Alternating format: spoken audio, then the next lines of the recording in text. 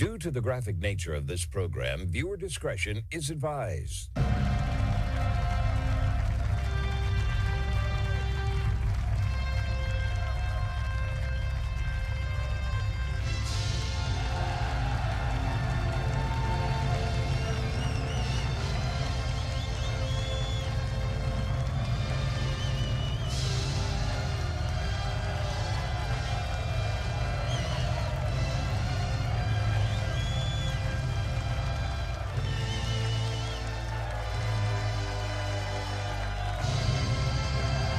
Hello, everyone. It is the Tuesday, March 31st, 2026 episode of The Marco Dure Show. Thank you for tuning in to hear today's groundbreaking news right here in America and across the board, where the facts are facts and hard truths thrive. Let's begin the best of radio, informative, uncensored, unapologetic, and ready to go. Folks, we got to start off talking about a very pressing article right now. It's very, very important that we get down to business with this. Start things off first today on this Tuesday and figure out what's exactly going on in this case. And the case I'm talking about, of course, is the murder of Charlie Kirk here. This is on the Daily Mail. It says here that the bullet used to kill Charlie Kirk did not match the rifle allegedly used by the suspect, Tyler Robinson. This is groundbreaking for so many different issues, as you can imagine. Number one, if you can't tie Robinson to the alleged firearm, and that firearm to the alleged bullet that killed Charlie, you have no case. That's number one. So he could be facing capital murder charges. He could be facing the death penalty. All that could be absolved if they come with conclusive evidence, exculpatory evidence, that totally exonerate him from this entire case. His defense attorneys are now arguing that the Bureau of Alcohol, Tobacco, Firearms, and Explosives was unable to identify the bullet recovered at autopsy to the rifle allegedly tied to Mr. Robinson. Again, how do we have a case at this point? What links Robinson to Charlie Kirk at this point? And by the way, I said this on day one. I said, I don't buy for a second that a 30-06 round hit Charlie Kirk in the neck and it was stopped by his strong neck bones. That's what was being alleged on the news media. And by the way, experts as well. Saying, no, this is what happened. That's why there was no exit wound. And I said, okay, that doesn't make any sense to me. Anyone that's fired a 30-06, now that's a very, very powerful round, folks. This is used to take down big game for hunting. We're talking bison, bear, elk, moose, deer. I mean, this is something you would shoot these types of animals with. That's how powerful these rounds are. That's how big those rounds are.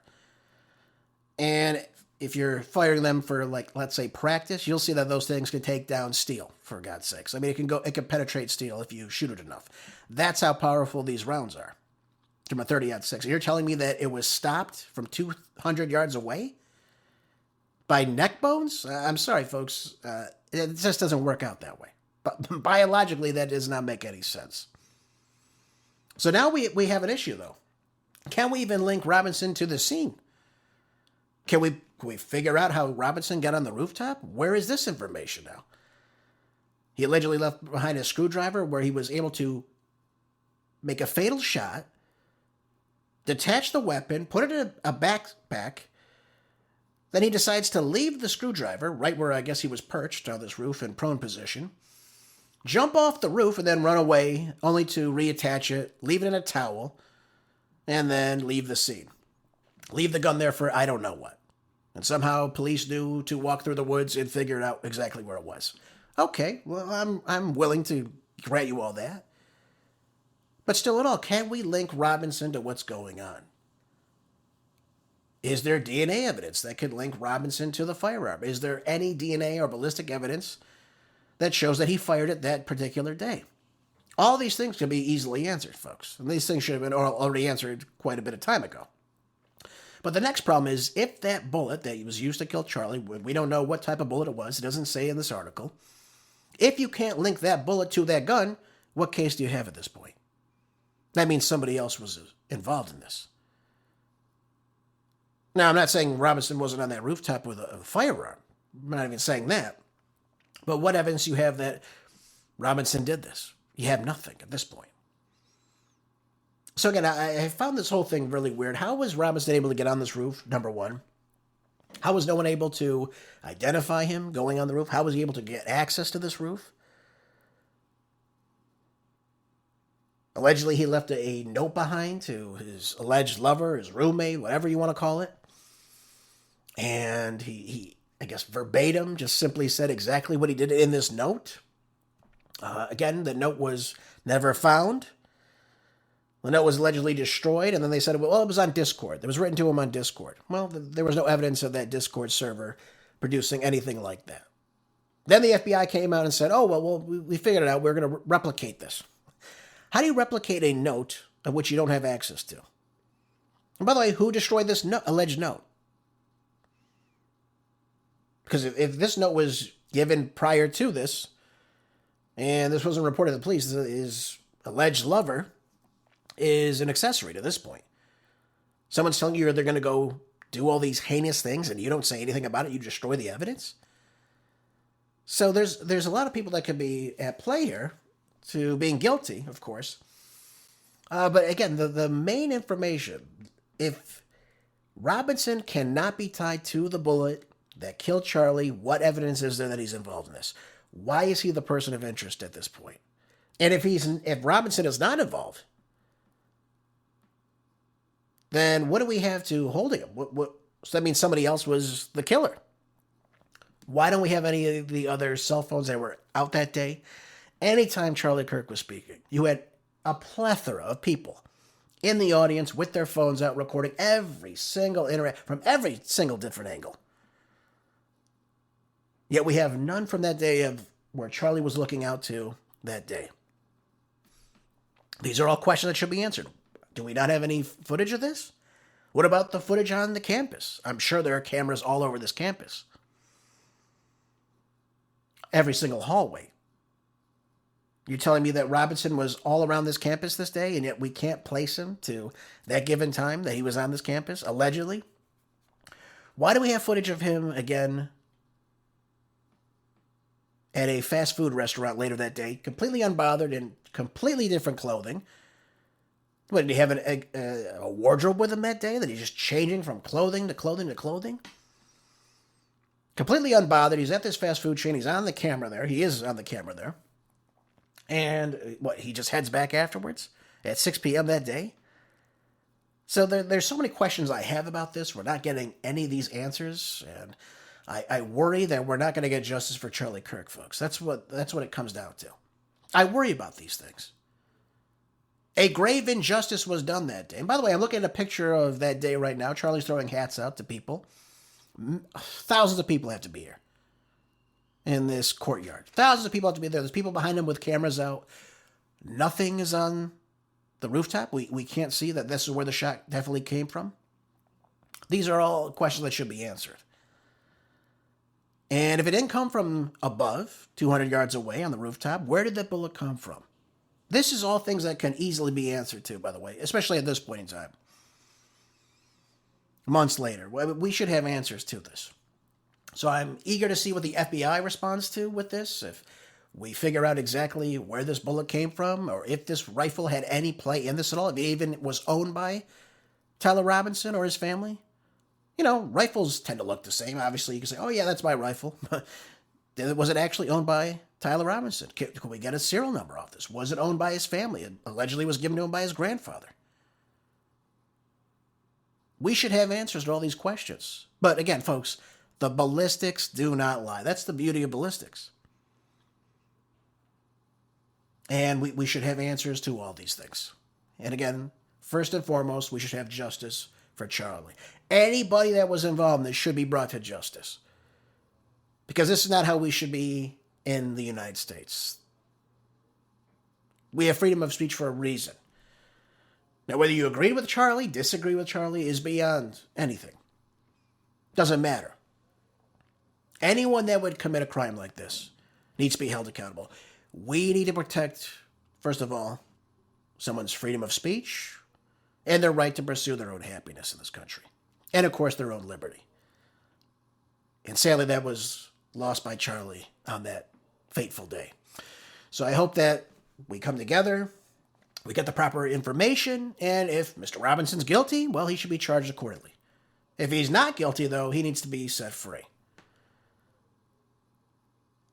And that's all I really have to say to you as of right now, folks. But I wanted to bring that to everyone's attention because I find it, again, very troubling. I had so many questions that day about a lot of these irregularities along with this case. And now, of course, we're getting information that I believed. Why don't we have information that the ballistics to this weapon tie Mr. Robinson to this case? Why don't we have this information?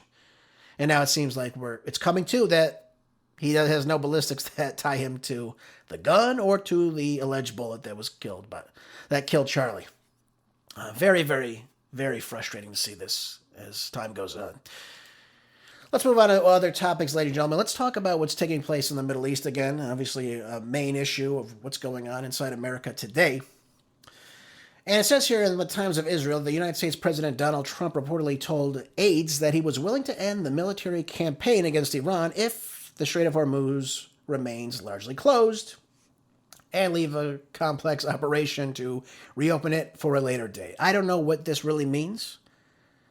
Do we just declare victory and say we've hit a set number of targets, we've taken out the Ayatollah, and now it's time to move on? Okay, fine. Then what are we still doing in this war? Why are we still here? Why are we sending thousands of Marines to the region right now? All these questions deserve answers, as one could imagine, and we're not getting any of them. That's the problem with all this. So, what are the objectives at this point? That's another thing I want to ask you. What are the objectives moving forward with this? If the decapitation strike was the number one issue, for example, if we wanted to take out the Ayatollah, fine. We've done that. Didn't take down the government, though. We didn't get regime change. Well, we got to go there and we got to take out their ballistic missile program. Okay, well, you've said 90% of it. You said you hit some 11,000 targets now, I think is the latest number. Okay, you've hit 11,000 targets. You've also killed civilians in the process. Where does this leave us now? Well, we've got to stop their nuclear enrichment program. Okay, I thought we obliterated that last June. Now we're talking about getting the remaining 450 kilograms of 60% highly enriched uranium hexafluoride. Okay, how are we going to go do that? Is that what the Marines are for? Are we going to take Kirk Island now? Is that what we're doing? How are we going to do that? How do we get supplies? How do we even get them in that region? And what would be the purpose of even taking Kirk Island? Now, yes, there's a large oil depot on that island that the ships move up, the oil tankers move up, they take the oil, and then again, they transport it to wherever they're going. Fine. But Kirk Island, ladies and gentlemen, is so far up in the Persian Gulf, number one. And secondly, that's not their only energy infrastructure where oil tankers can fill up. So even if you were to take Kirk Island or take over this oil depot, you're still only doing barely anything. You're not controlling anything of any means that would end this war. And you're only opening up the Marines that were beyond that island to drone strikes, cruise missile strikes. What are they going to do then? How do we get them resources? How do we get them medical aid should they need it? It just seems like they're just going to be sitting targets for the Iranians if that were to happen. I don't see what the ploy is in all that, folks. Call me crazy. I don't see any way we can get progress with this. Now, Trump continues to say that we're making these negotiations, we're coming for a deal to end this war. We keep hearing this day after day. Yet everything that is happening is escalating in this conflict. Marines go into the region. We're striking different sites still. That's not stopping at all. So the question is, are we really in negotiations? There's no sign that we're in negotiations. No one on the Iranian side is saying, yes, we're speaking to President Trump, or yes, we're speaking to Marco Rubio, or yes, we're speaking to Secretary of War Hegseth. No one is talking to these people. And they're denying it outright. So I don't understand where our objective at this point, or if there's even an objective that we can complete, but this is where we are right now. This is where we are in this war. And President Trump took out to Truth Social today. He said the following. He said, all those countries that can't get jet fuel because of the Strait of Hormuz, like the United Kingdom, which refuse to get involved in the decapitation of Iran, I have a suggestion for you. Number one, buy from the U.S. We have plenty. And number two, build up some delayed courage, go to the Strait, and just take it. Yes, take it in caps. You'll have to start learning how to fight for yourself. The United States won't be there to help you anymore, just like you weren't there for us. Iran has been essentially decimated. The hard part is done. Go get your oil. President DJT. So we have President Trump who started this conflict. As a result of this conflict, the Iranians said that they would be closing the Strait of Hormuz so long as the war were to persist. That was done by President Trump and Prime Minister Netanyahu. They did not consult their allies in the European countries or in the Asian countries as well. And now we're saying to them, hey, your economies are struggling. You don't have the jet fuel. You don't have the oil coming into your country.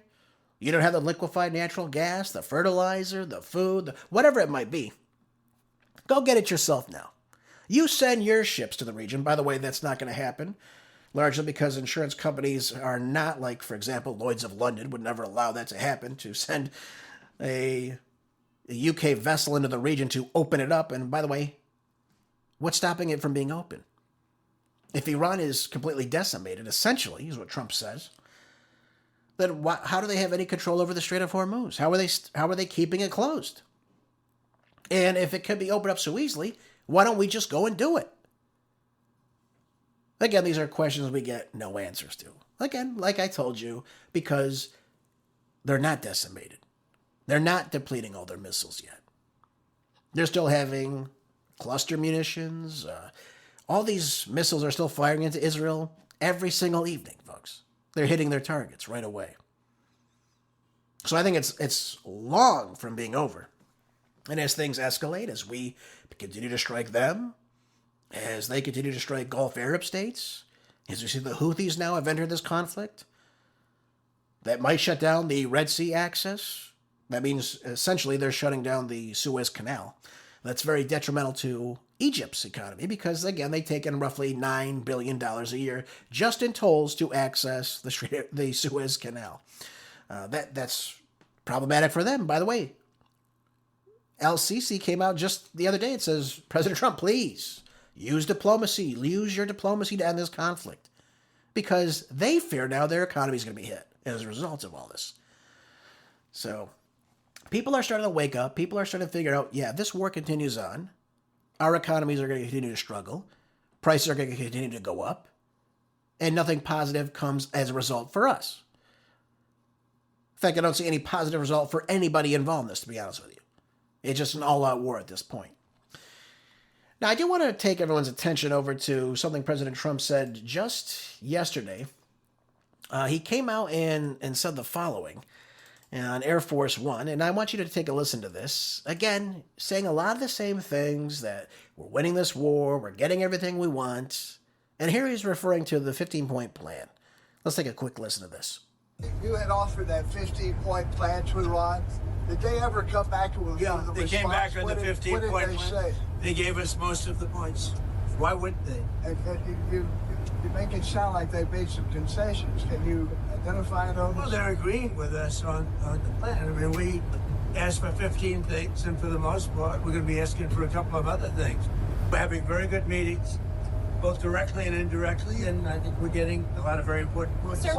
So who is confirming that these meetings are even taking place? That's the big question I have for you. We say we're in meetings, we say things are progressing, they're giving us everything in this 15-point plan, allegedly. Then why are we still firing missiles into Iran right now? Why is the war still continuing on if we're getting what we want? That doesn't add up to what's going on, right? It's not based on any reality. We don't even know who they're talking to, allegedly. So how can we sit here and say that, yes, everything's going fine, everything's going well, we're meeting our objectives, the Iranians are begging us for a deal right now, and yet we're continuing on to do things like this out of Breitbart. It says here that President Trump shared a video Sunday evening of what was reportedly the United States blowing up an ammunition depot in Isfahan. Why would we be doing this if we're getting negotiations again, if they're giving you everything in these 15-point plans, if we're going to make even more provisions? We're going to go beyond the 15.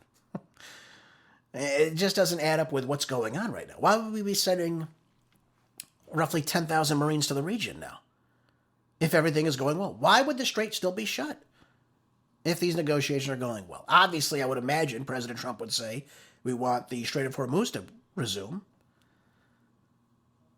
with all of its transportation and what have you. If all this was going well, we wouldn't see things like this happening. I'm just going to say the quiet part out loud, folks. We know that the crossing through the Strait of Hormuz, it's dropped 95 to 97% of all the regular traffic that goes through the region. You've got about 15 million barrels of oil that are no longer in circulation now, with no chance of opening up anytime soon. A lot of these companies are offline. They're simply not even conducting business now. That's going to take a long time to get back up and running again at any sustainable pace. So we've got a lot of problems here.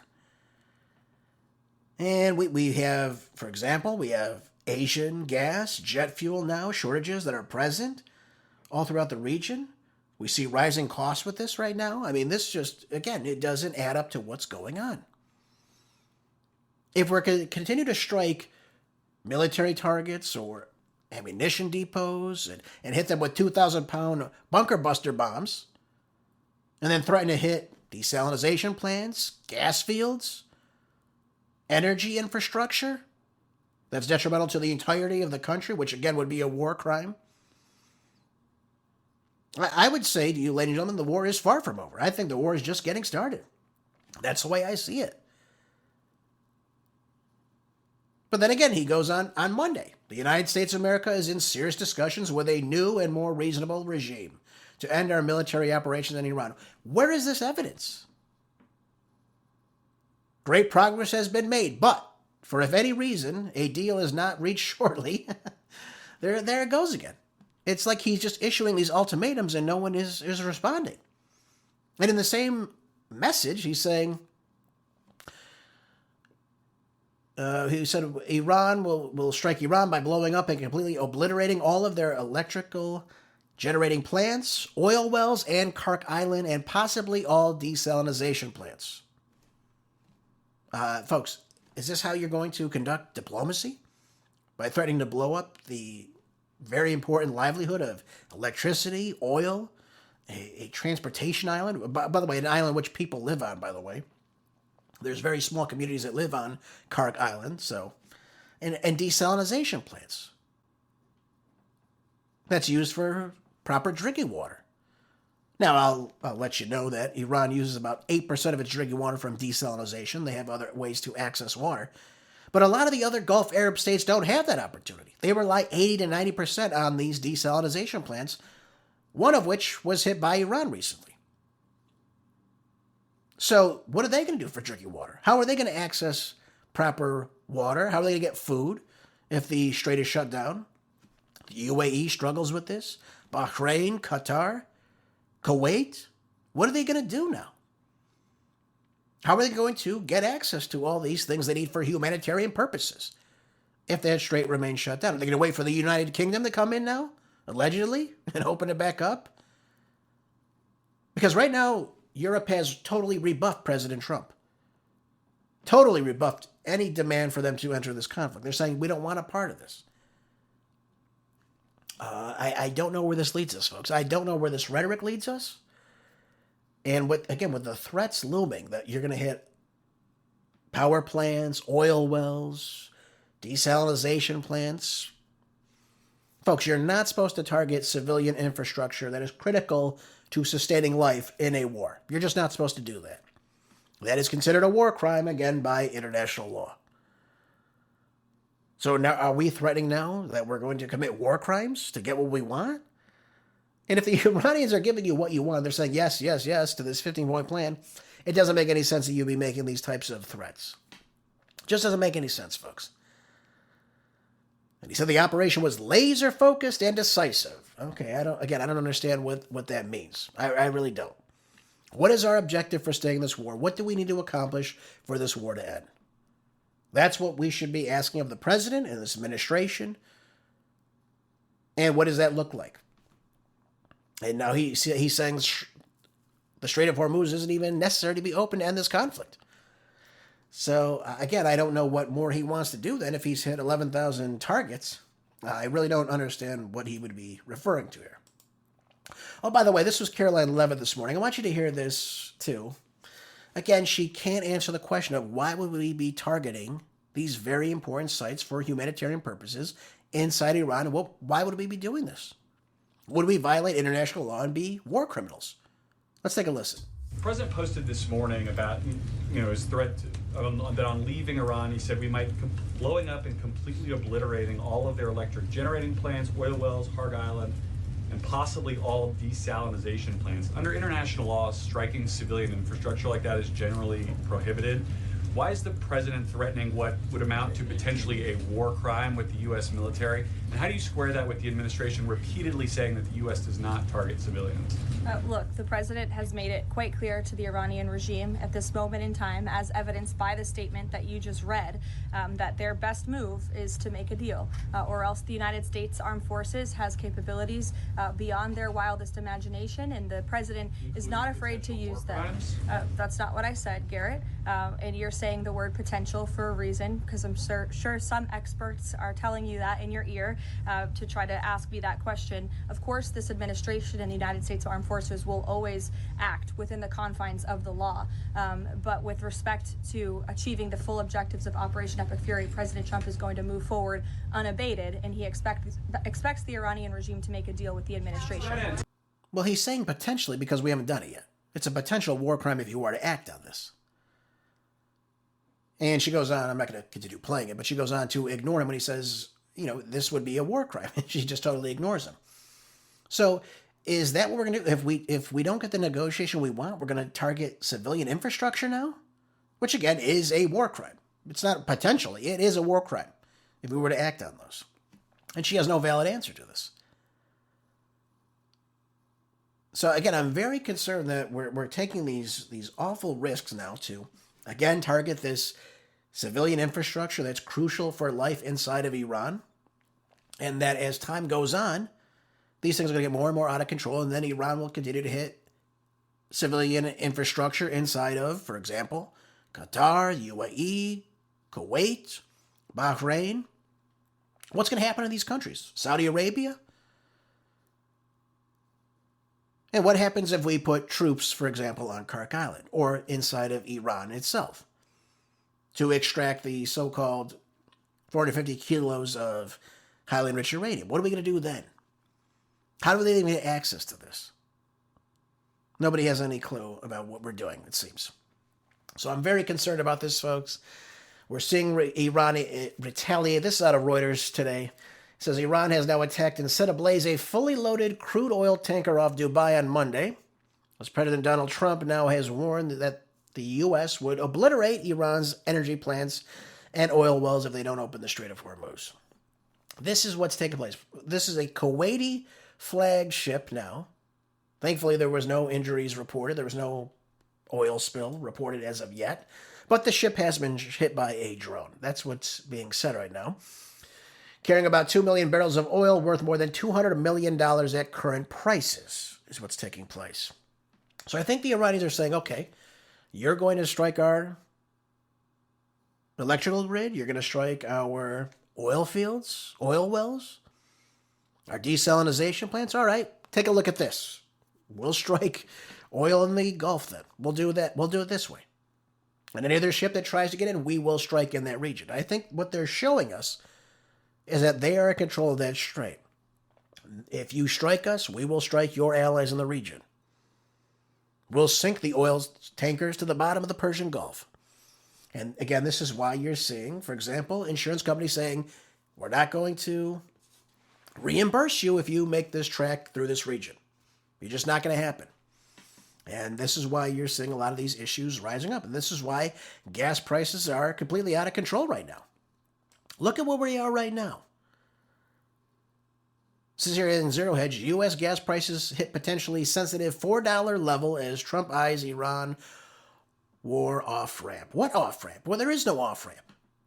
What we should do is just end the war. That's what should be taking place right now when we're not seeing this at all. The latest AAA data now shows that gas prices nationwide are reaching well over $4 a gallon. This is on Monday, by the way. It's up 35% for an increase for regular unleaded. The largest month-over-month increase since 2004. That equates to $1.01 increase now, ladies and gentlemen, just in a month since this war has begun. We haven't even felt the the ramifications of, again, losing 20% of the global oil market yet. Imagine what happens a month from now, 2 months from now. What's going to happen to the price of Brent crude as a result of all of that?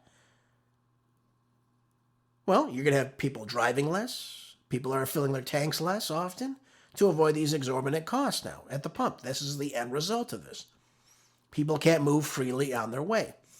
And by the way, the reality, too, ladies and gentlemen, think about, yourself. You're commuting, too. But think about the real reality about this once it sets in. Diesel prices rise even more as a result of this, being the lifeline of our economy. Think about this for a second. Diesel is very important for trucking, for rail networks, for any type of shipping, farm equipment. Think about the fertilizer, the urea now that's put at risk now as a result of all this. Very, very crucial for crop production. That's going to cause prices for that to go up too. Construction equipment, backup generators, other logistics, all of these things. Oil is going to send these prices skyrocketing, which is going to send inflation to rise. It's going to soar so long as this war progresses. That's just the end result of this. And the longer it goes on, the worse it'll be.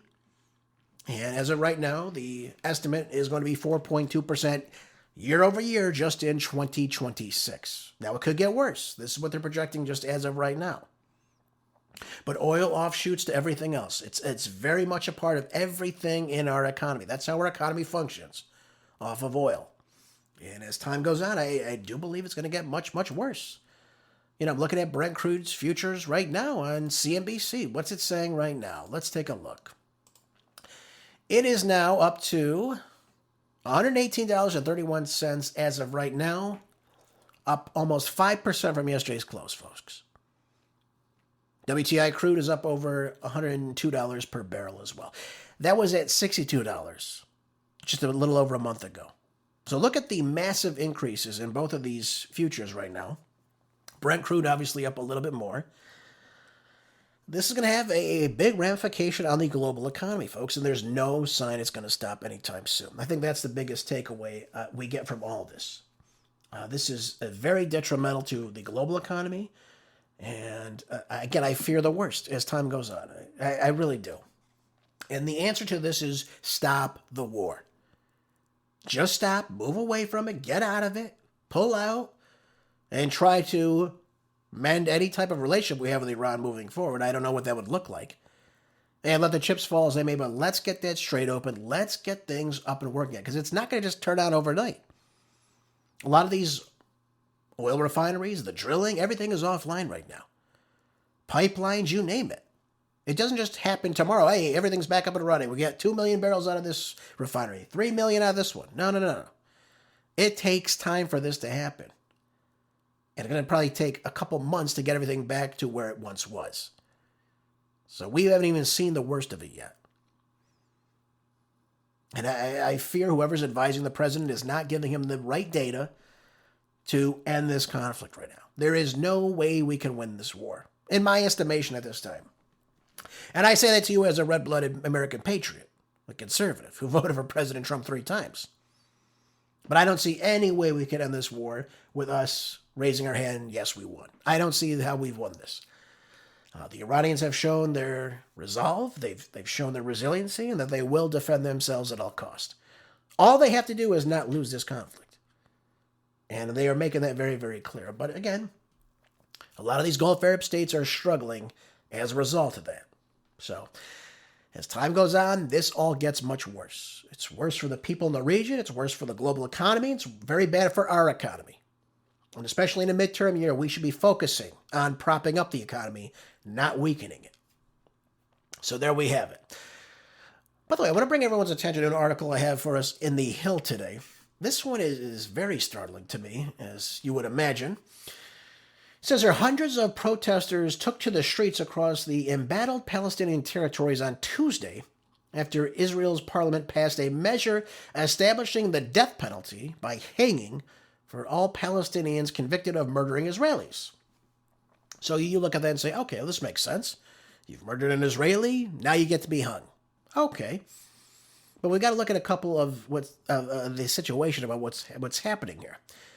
So here's what the legislation says. It orders the West Bank military courts now, which try only Palestinians, to make the death penalty the default sentence for those convicted, except in special circumstances.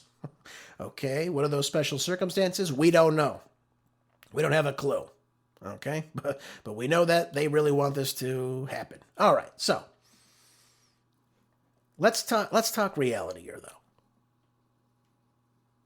Most UN experts, by the way, these Israeli courts do not meet the fair trial standards. So in other words, like here in the United States, look at the Tyler Robinson case with Charlie Kirk.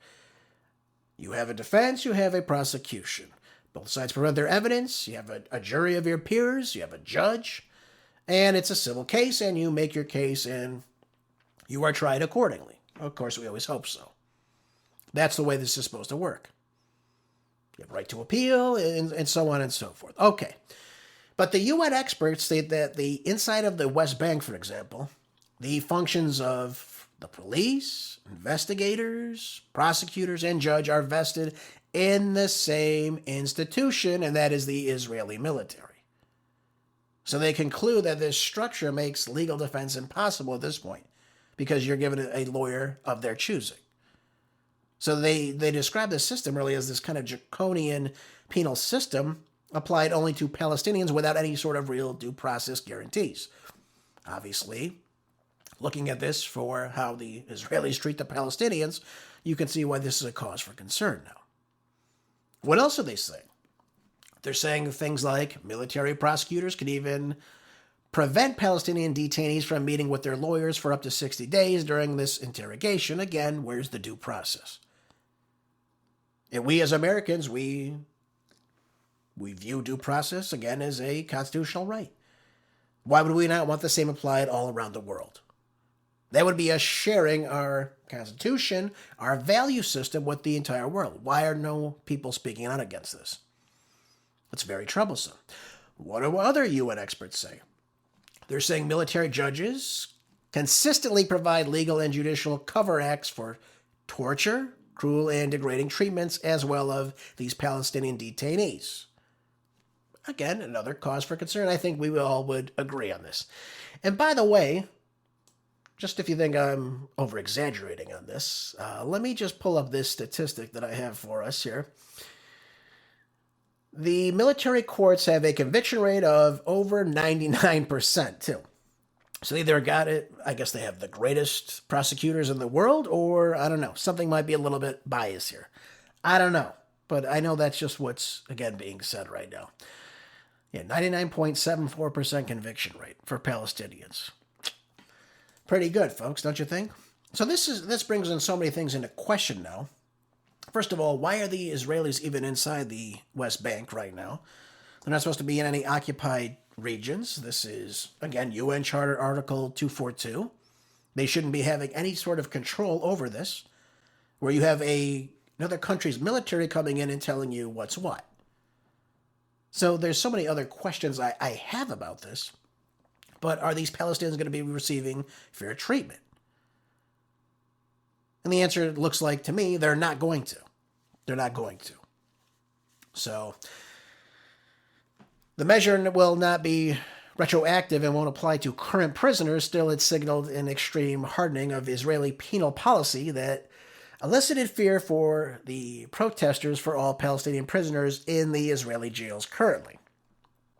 You can see where this is obviously leading to a lot of chaos in the region. And by the way, we've seen, they're called Israeli settlers in the region. So, for example, they come in, they take land, they set fire to things, they accost people, they've killed people. By the way, you go listen to people who, from the United States even for that matter, that go into the West Bank, and it's like a war zone. Again, go look at what takes place inside of Gaza. It's completely chaotic. But this, again, is a push by people like Ben Gvir, other hardliners in the government, for example, that are pushing this to simply start executing these Palestinians in the region. So let me ask you this. You're a Palestinian, you've lived in the region your entire life. Maybe, let's say, you're accosted by one of these settlers, for example. and you're defending your property. We know they've burned down cemeteries, they've burned down churches, they've killed people, they've burned olive fields.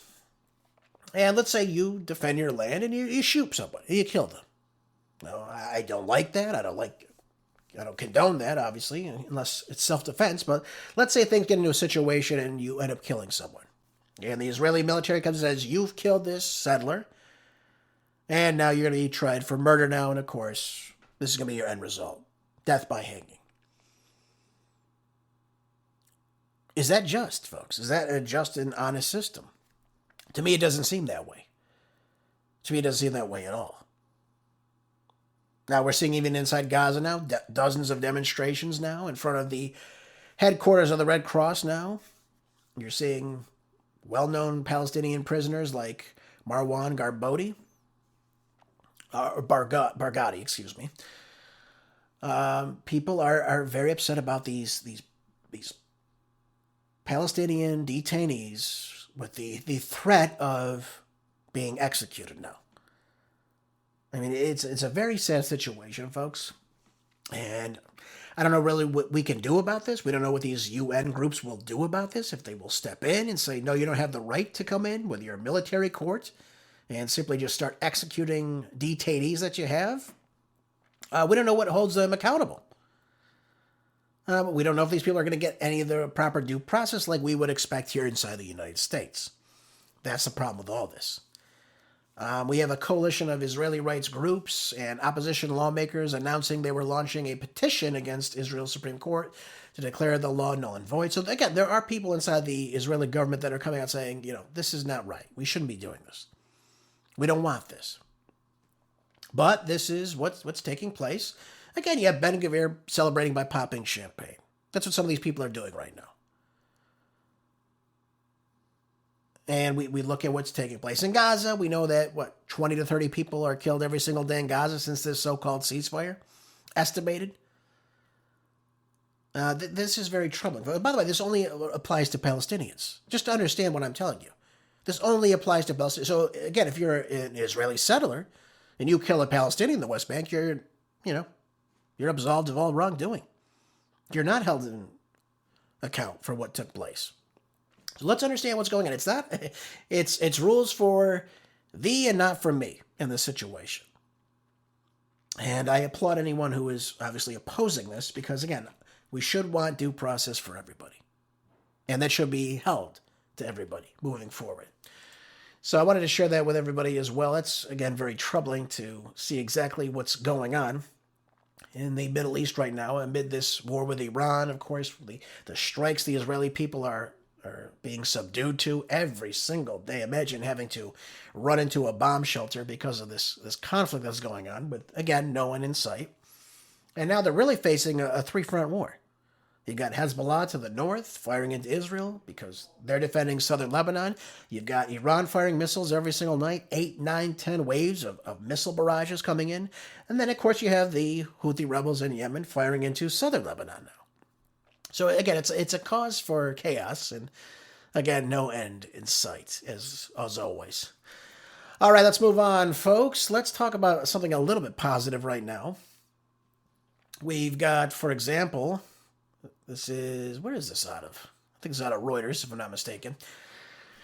TSA officers are now getting paid again, but many airports remain short-staffed. Well, we've got this whole debacle with the shutdown over the DHS funding now, that the Democrats and Republicans alike have decided to go on vacation now over for Passover, for Easter right now. Let's take a look at this, though. It says, after more than 5 weeks of working without pay due to funding impasse, most TSA employees now received 2 full retroactive paychecks on Monday, according to the union officials and the Department of Homeland Security spokeswoman.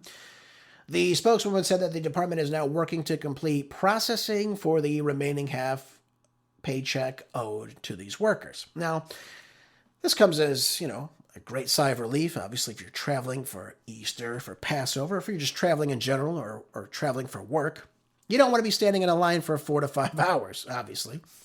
Nobody wants to do that at all, but that's the reality of the situation now. Now, the payments resumed on Monday after President Trump signed an executive order to pay the TSA workers.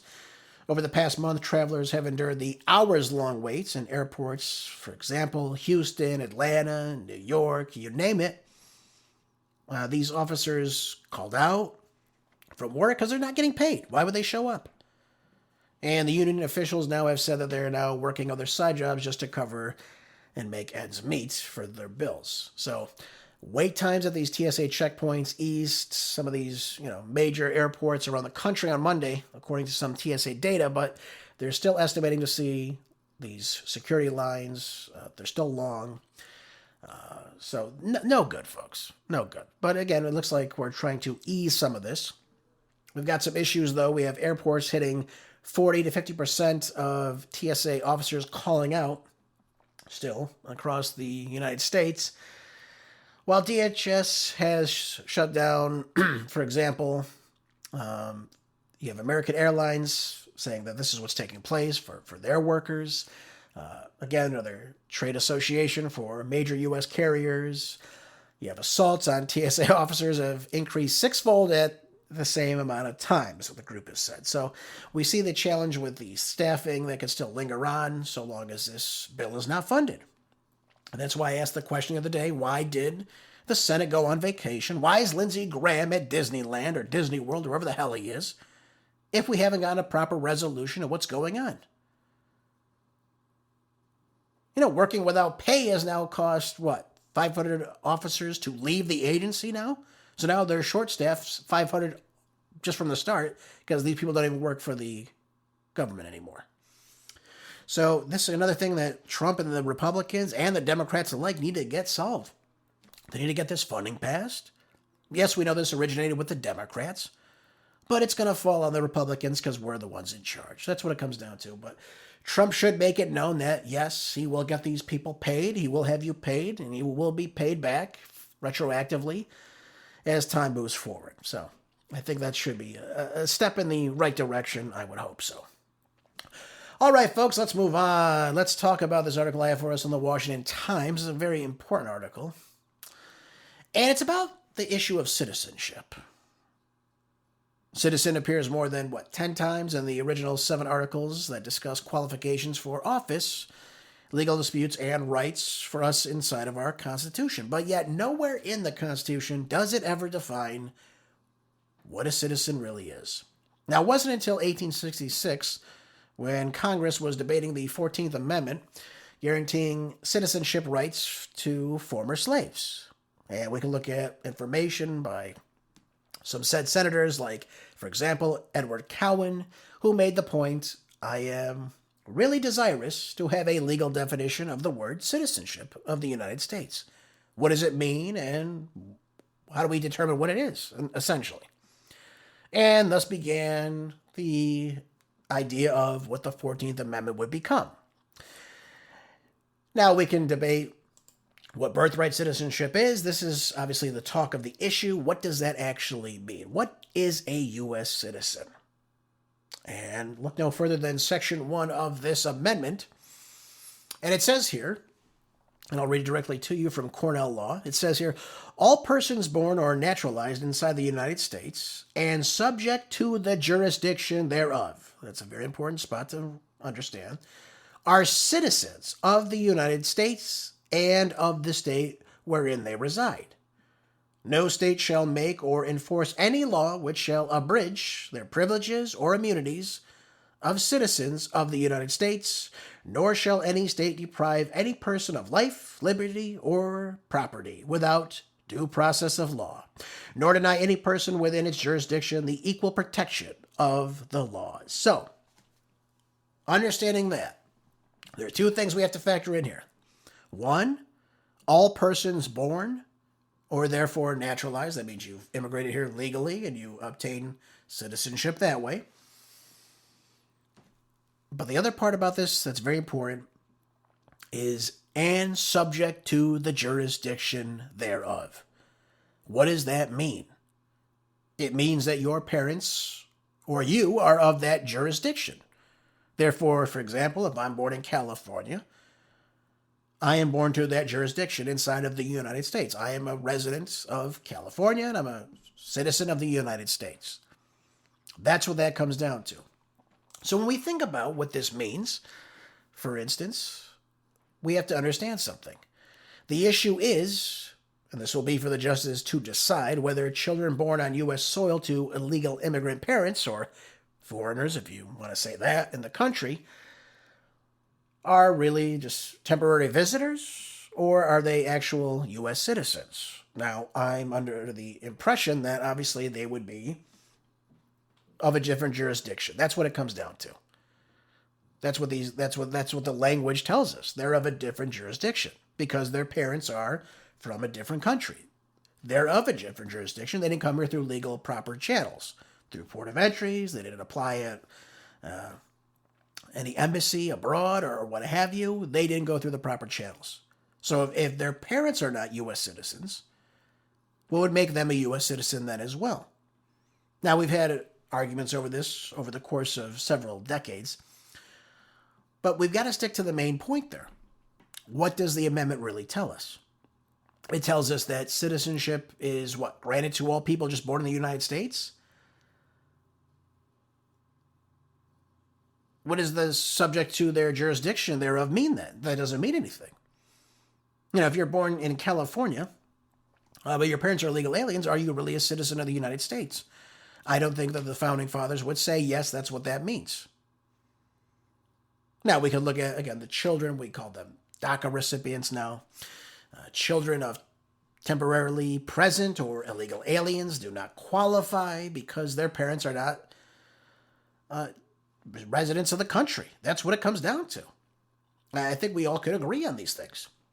Now, whether the Supreme Court agrees with that or not, I don't know. But again, we're looking at the language in the Constitution, and that's what it's telling us right now. This is what it's sharing with us.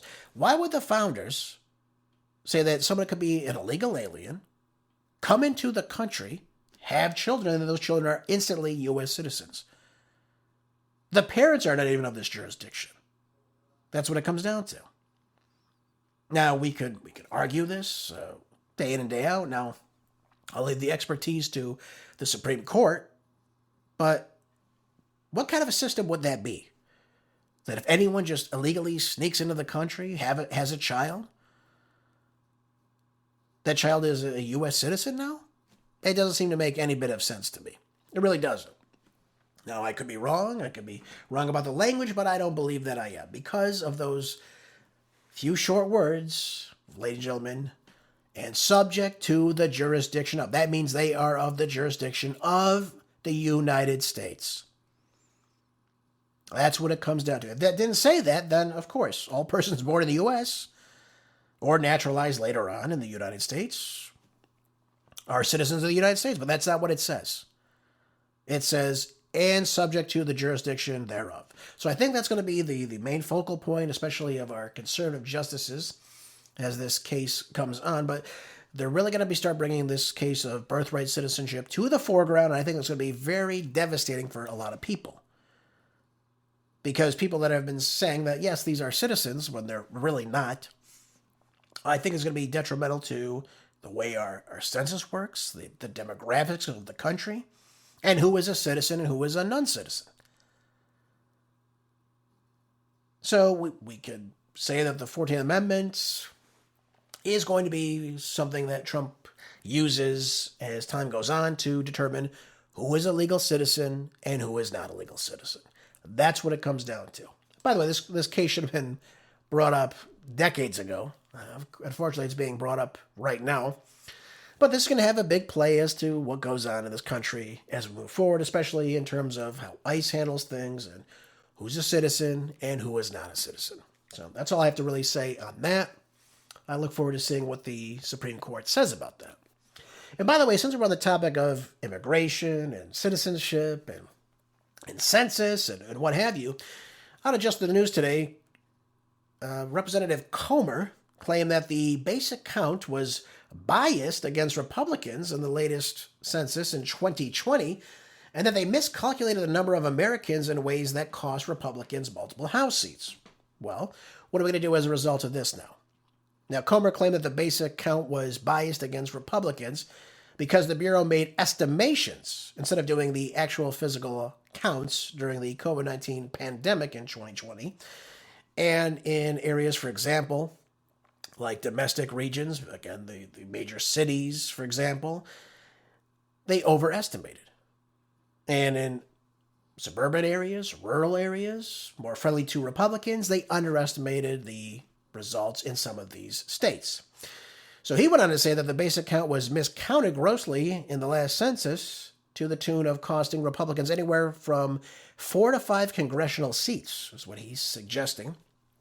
And he said the fact that we lost is because the Census Bureau is biased. Now, if you go back to when the census was taken, the last time it was during COVID. No one knocked on anyone's doors because of COVID. So they ended up only estimating a lot of these results.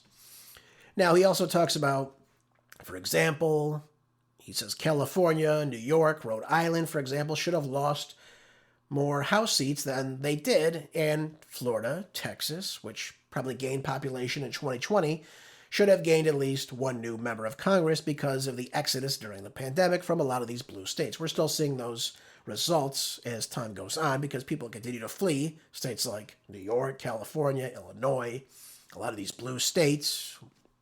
That's just the truth of the matter.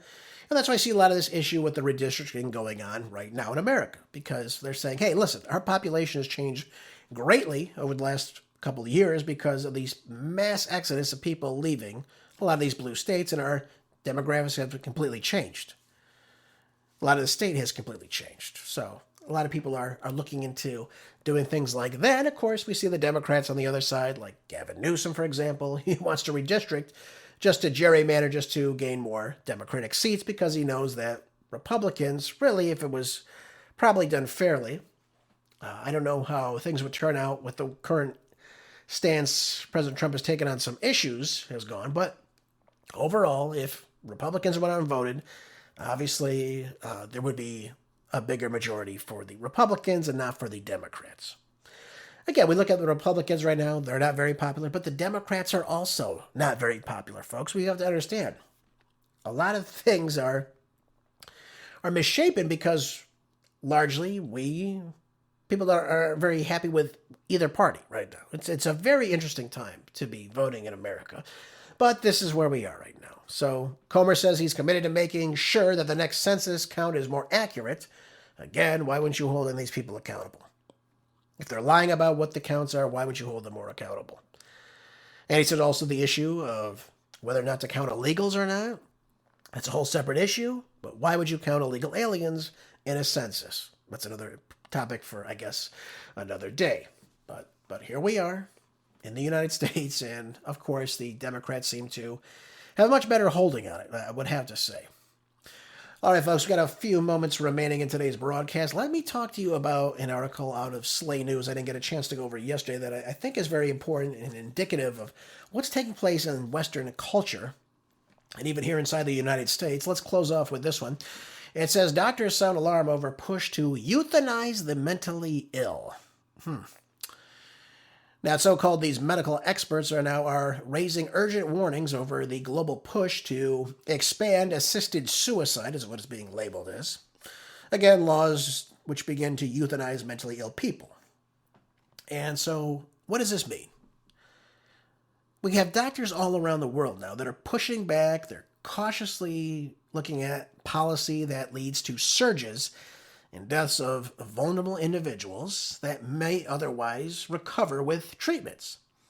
Now, if we hone into a country like Canada for particular purposes, this has become the front line for the battle against euthanasia, as taxpayer-funded assisted suicide programs have become a testbed for the wider globalist eugenics agenda that's taking place. And now, what they call these things, this is how clever they are.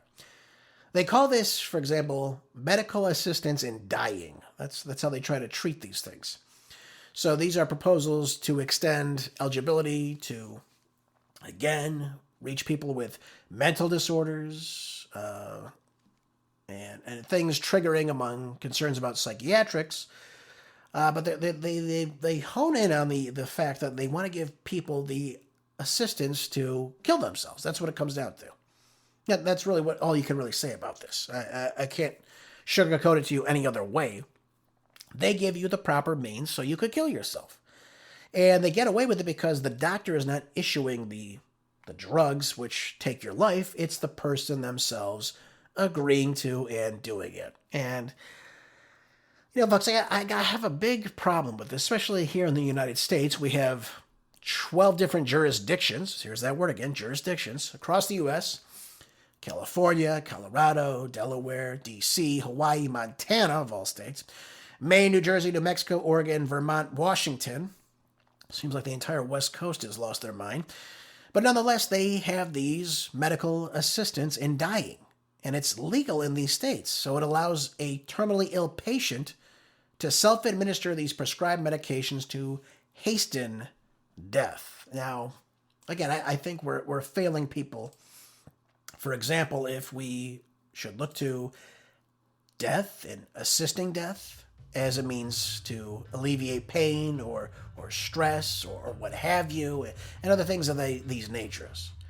Instead of giving these people help and giving these people comfort and really dignity, we decide to go with another route, which is suicide, folks. And I don't think a sane or healthy society should be doing that. I think you probably would agree with me, too.